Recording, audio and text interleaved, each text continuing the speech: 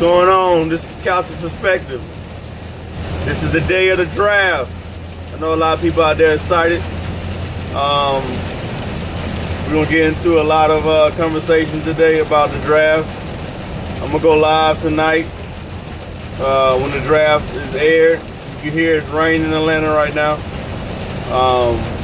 But yeah, let's get into it. There's a lot of rumbling in Atlanta about the Atlanta Falcons moving up to the second pick in the draft. At what cost, I don't know. They might have to throw in the kitchen sink to get what they're trying to get for this draft. They're talking about Chase Young. Let me comment on the Chase Young pick real quick. Okay. Chase Young with Ohio State. He played all 4 years. Great edge rusher. He got a couple of moves. Got a speed rush, he got the power rush. Sometimes, not often, but he'll hit you with the spin.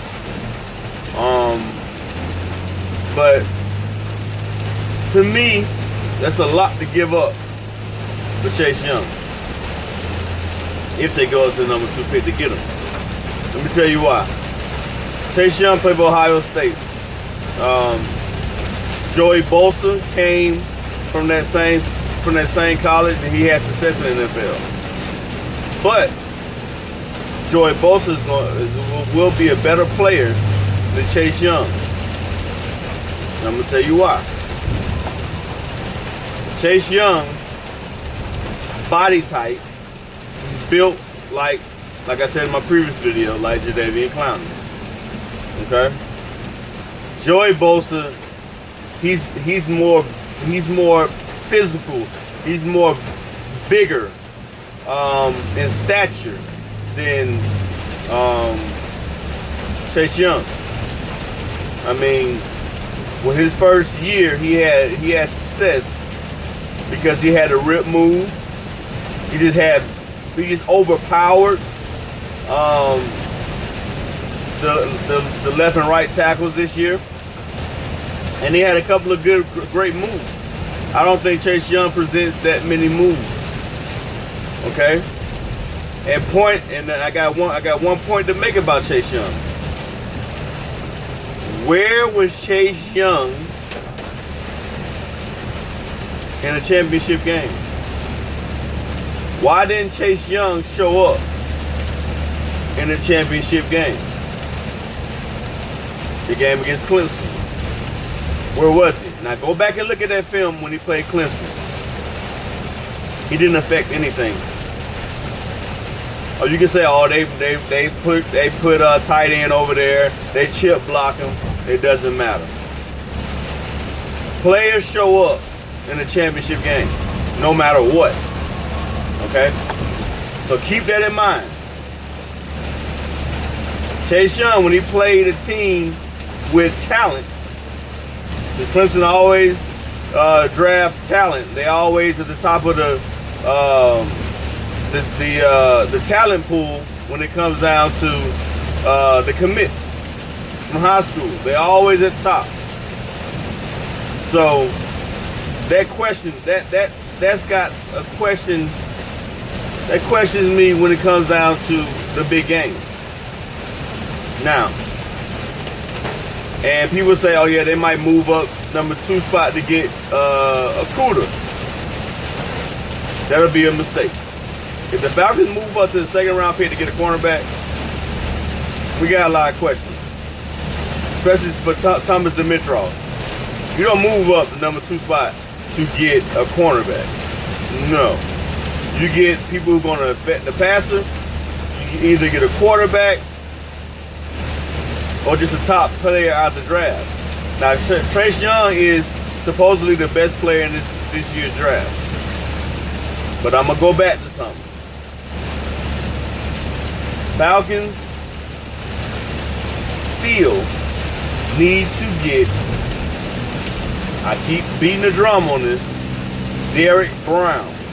If you move up, you need to get Derrick Brown. And there's a lot of factors in this. Number 1, Derrick Brown is a 4-year senior. He's like Chase Young. 4-year. Okay. Number 2. Derrick Brown is 6'2", I think. 6'2", 6'3", 318 pounds. But he reported in combine 326. Alright. He's an all SEC defensive tackle. Number 3, he is from Georgia. He's from Sugar Hill, Georgia. He went to Lanier High School, where he was an outstanding player there. Okay. Number 4. I think I'm at number 4. He plays in the SEC. The most talent comes out of SEC. So he faced the best of the best, and he did his thing. He held his own.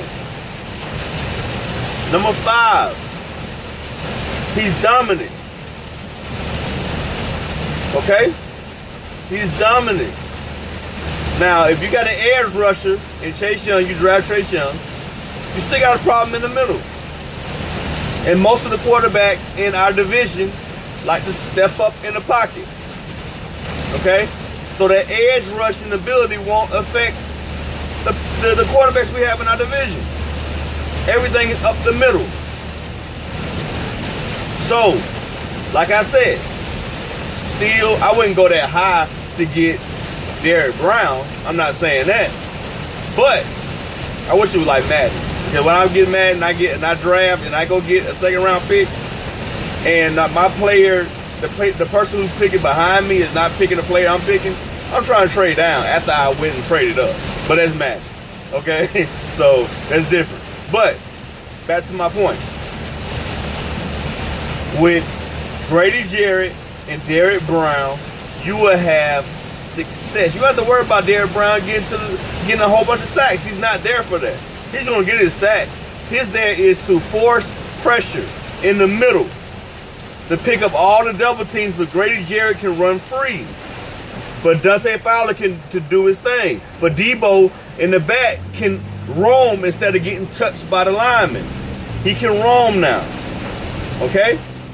So, tonight I'm going live with my draft board. And I'm going to bring up my picks. And I'm going to have a scenario that says if they pick Derrick Brown, what it's going to take to get them. And I'm gonna estimate what they're going to give up for Derrick Brown or any other potential pick.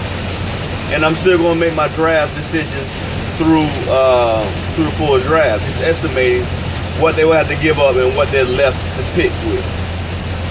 Just an estimation.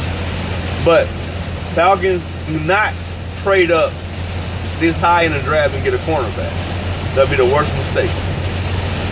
Number 2, Chase Young would be a good pick. But Chase Young is not what you need.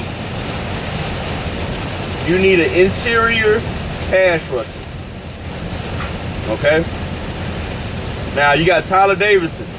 Tyler Davidson is a run-stopping interior guy only.